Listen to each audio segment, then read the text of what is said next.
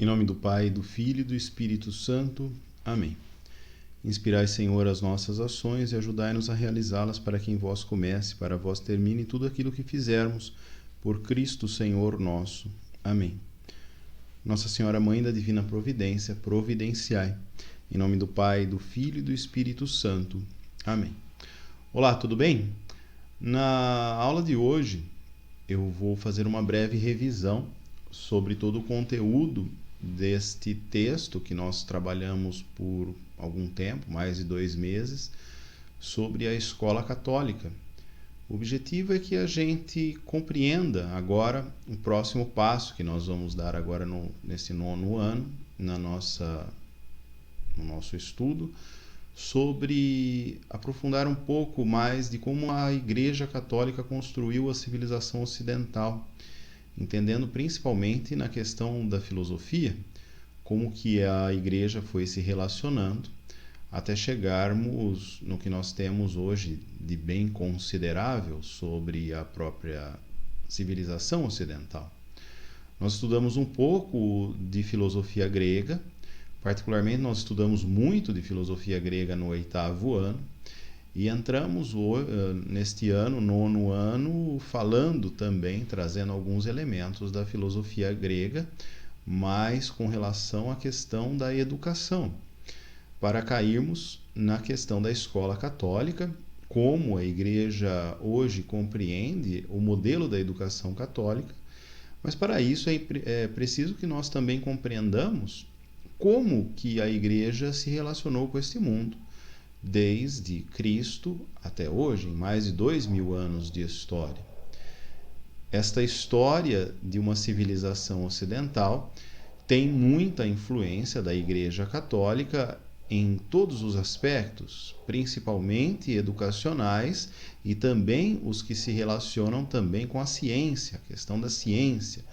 A Igreja tem uma grande inserção e influência neste mundo, nós devemos de fato muito a ela.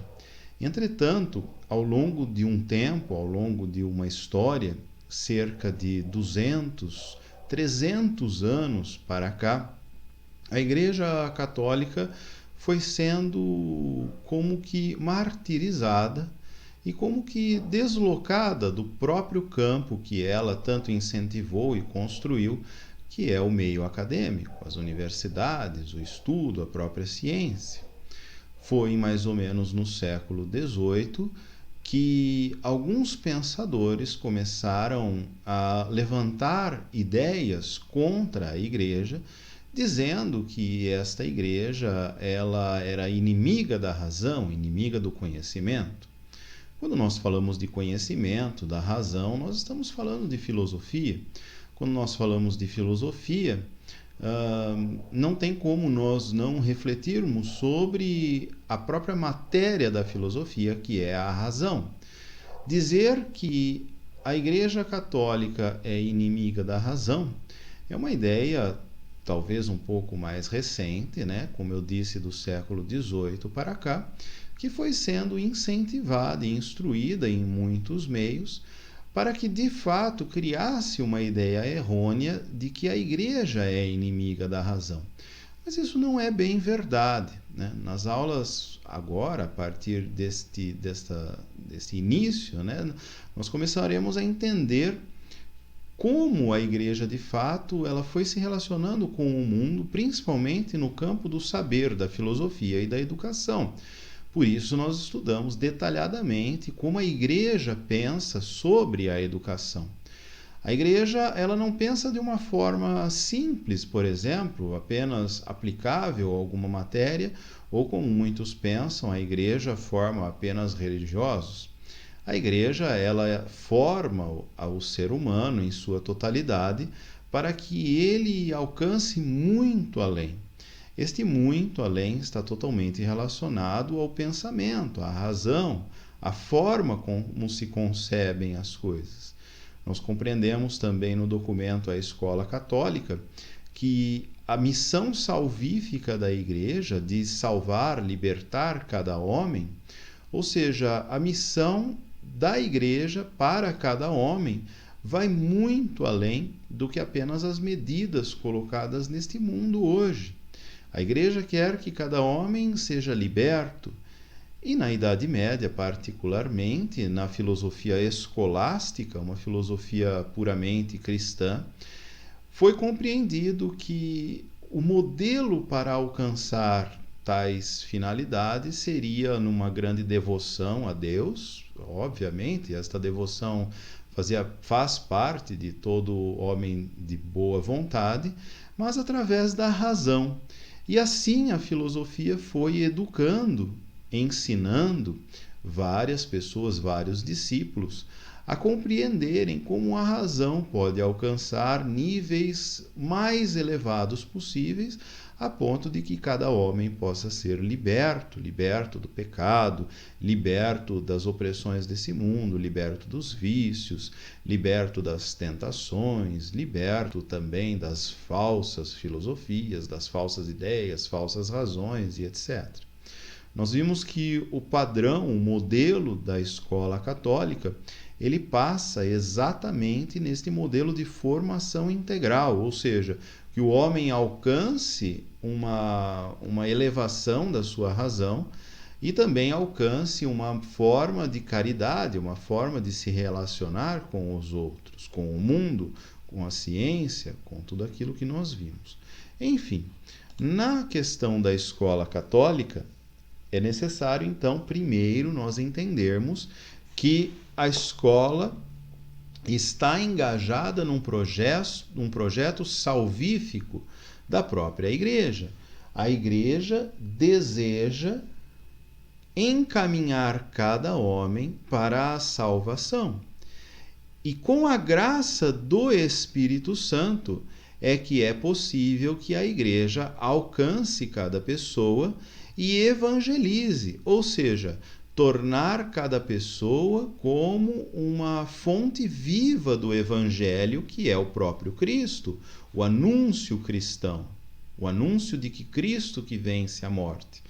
E assim a Igreja exerce então sua missão, adaptando os meios e as condições de cada tempo às novas necessidades da pessoa humana.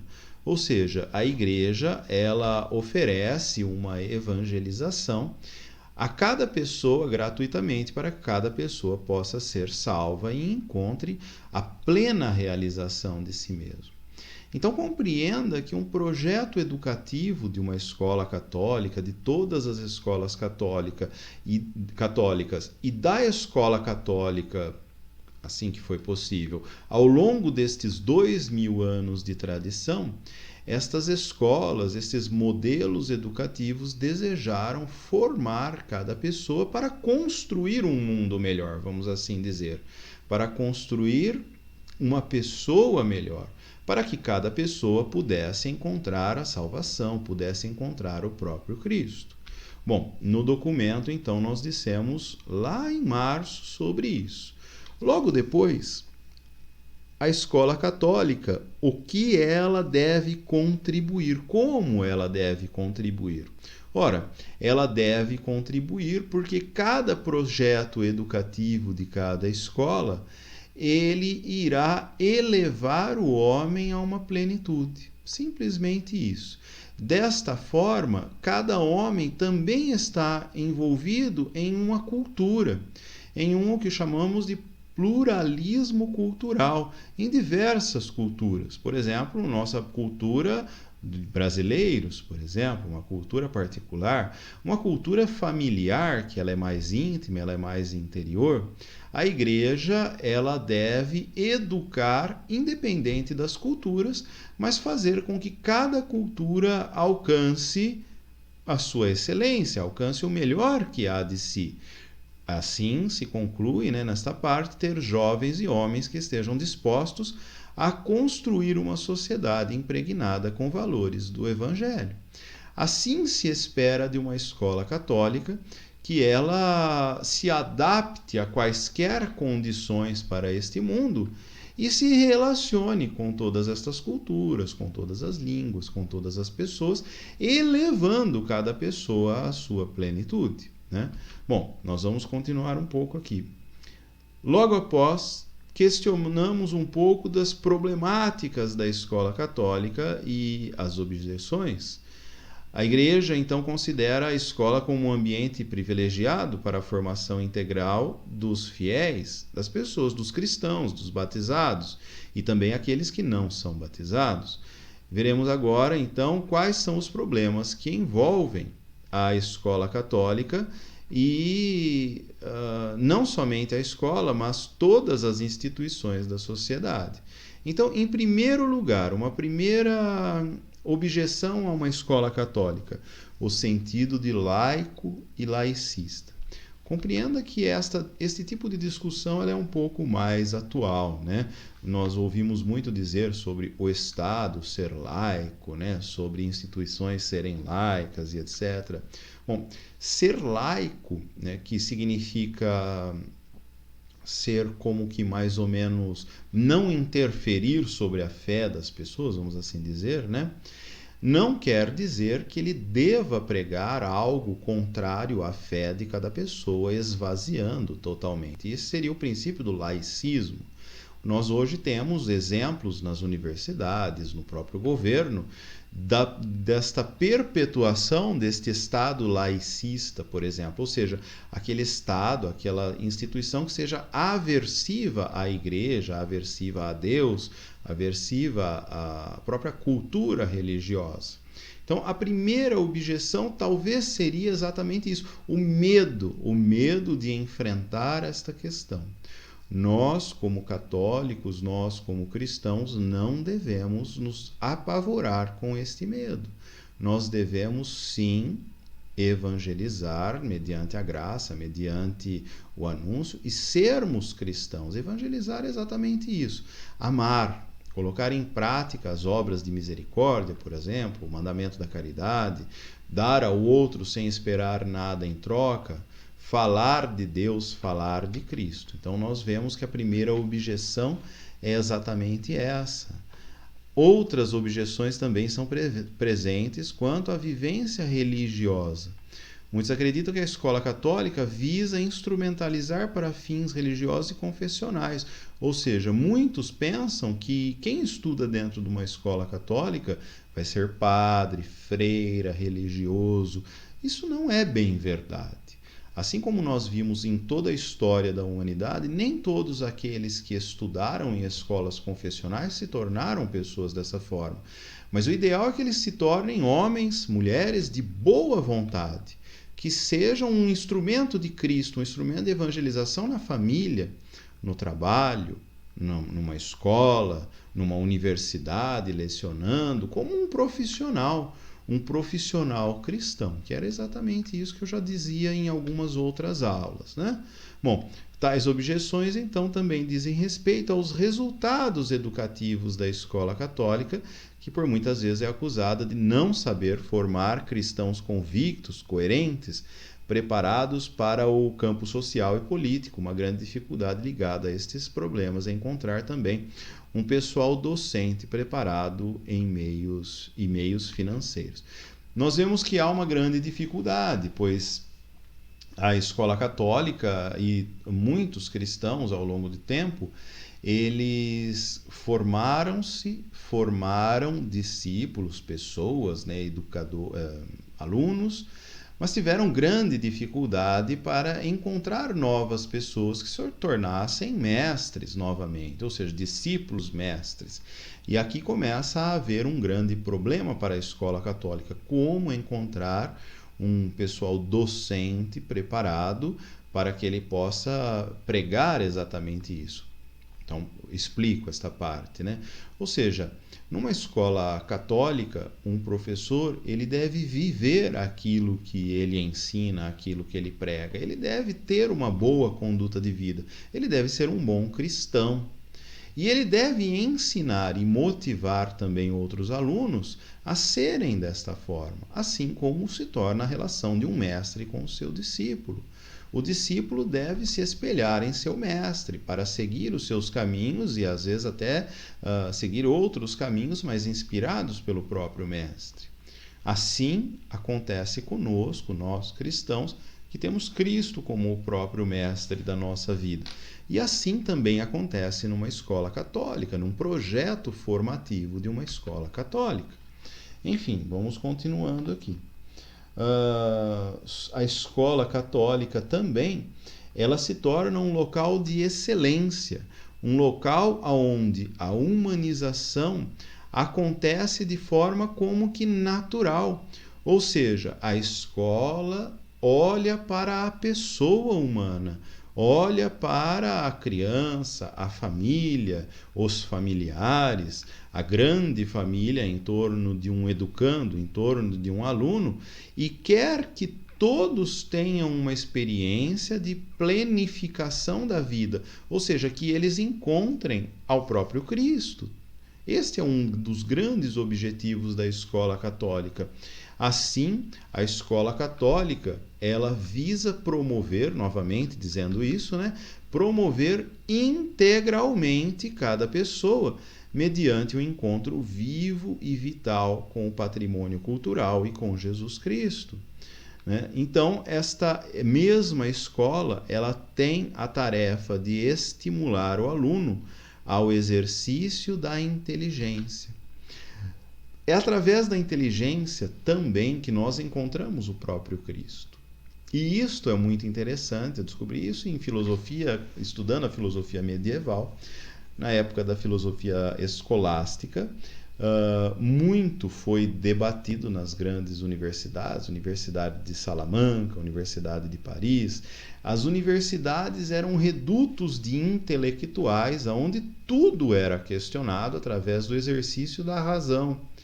Foi através deste exercício da razão que muitos professores, muitos mestres estimularam muitos pensamentos, muitos pensadores, e exatamente a desenvolver métodos, técnicas, caminhos da ciência para que pudesse ajudar toda a civilização como um todo, vamos assim dizer. Por exemplo, na Universidade de Salamanca, um estudo mais recente descobriu que lá havia princípios da economia moderna, dita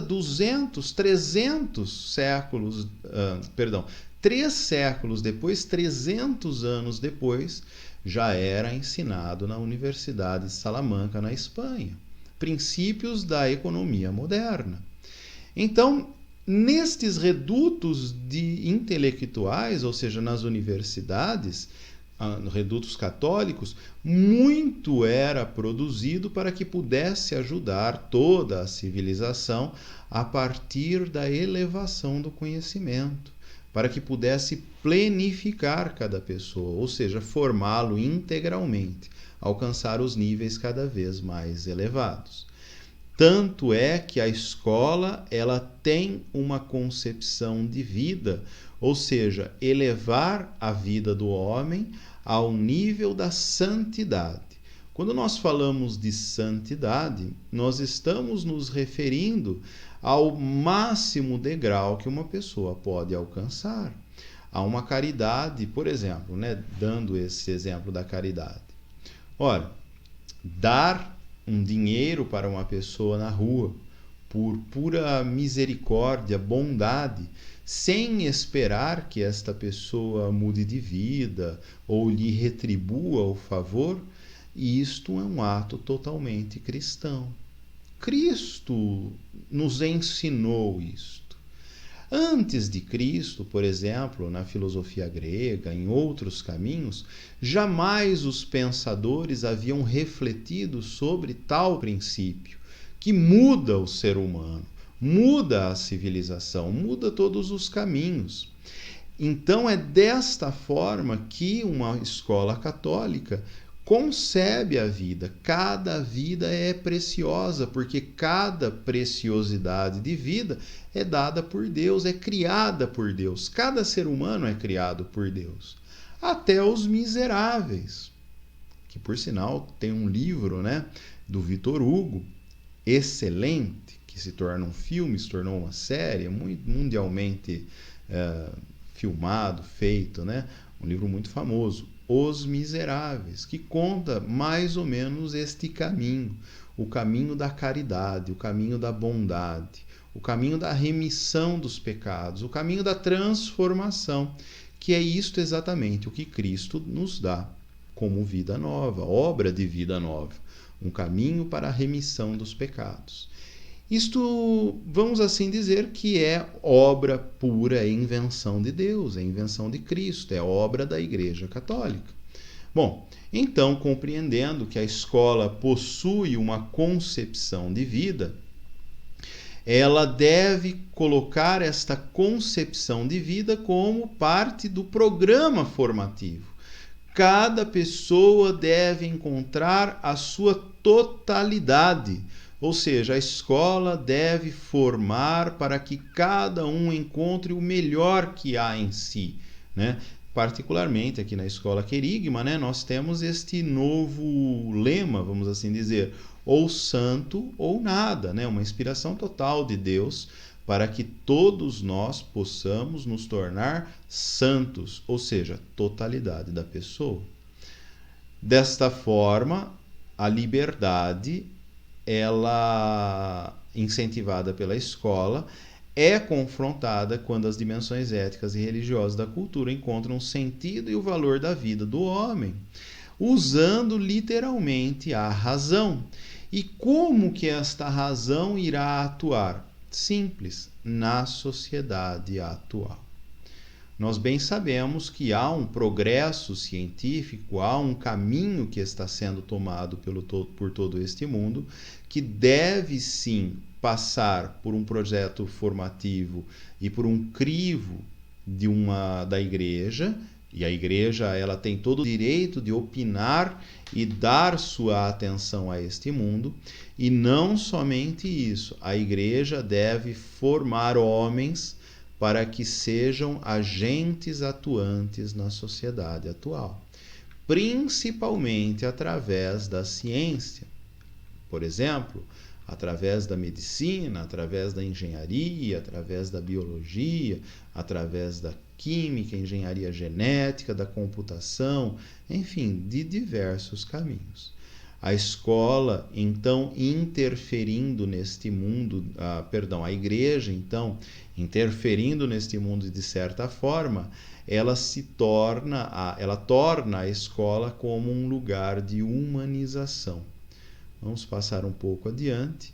Então, a escola, de fato, ela acaba como que projetando o aluno para ser neste mundo, para viver neste mundo, para ser uma pessoa melhor neste mundo, da melhor forma possível, imitando a Cristo, imitando ao Senhor. E assim, a escola na sociedade atual, ela se torna como que uma resposta profética para este mundo que tanto necessita. Assim, os jovens se tornam capazes de abrirem-se progressivamente à realidade e de formarem uma determinada concepção de vida. É isso que nós precisamos. Nós precisamos de jovens formados em escolas católicas que não sejam coniventes, ou seja, que não digam sim a este mundo e às máximas desse mundo. Que sejam autores que coloquem em exercício a sua vida dada por Deus e digam não às máximas deste mundo, que matam as pessoas, que matam as famílias, que matam os sonhos, que mata a caridade, que mata, enfim, muitas coisas culturalmente.